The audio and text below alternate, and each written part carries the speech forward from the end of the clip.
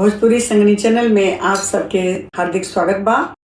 चटनी रोटी चटनी रोटी चटनी बायंगूर का ए भसुर जी बुरा न मनिह चेहरा बालंगूर का ए भसुर जी बुरा न मनिह चेहरा बालंगूर का।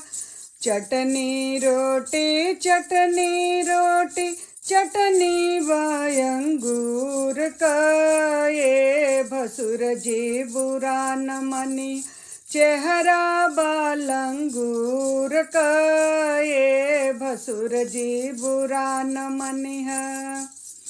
चटनी रोटी चटनी रोटी चटनी बायंगूर का ये समधी जी बुरा न मनी चेहरा बालंगूर का ये समधी जी बुरा न मनी चेहरा बालंगूर का।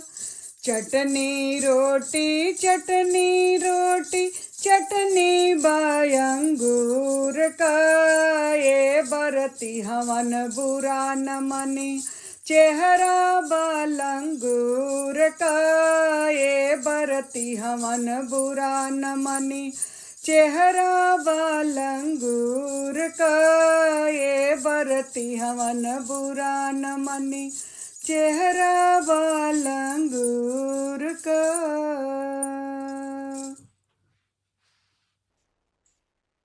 आप सबके ये हंसी मजाक का गीत कैसा लगल? अगर निक लगल तो आप लोग शेयर सब्सक्राइब जरूर करेंगे।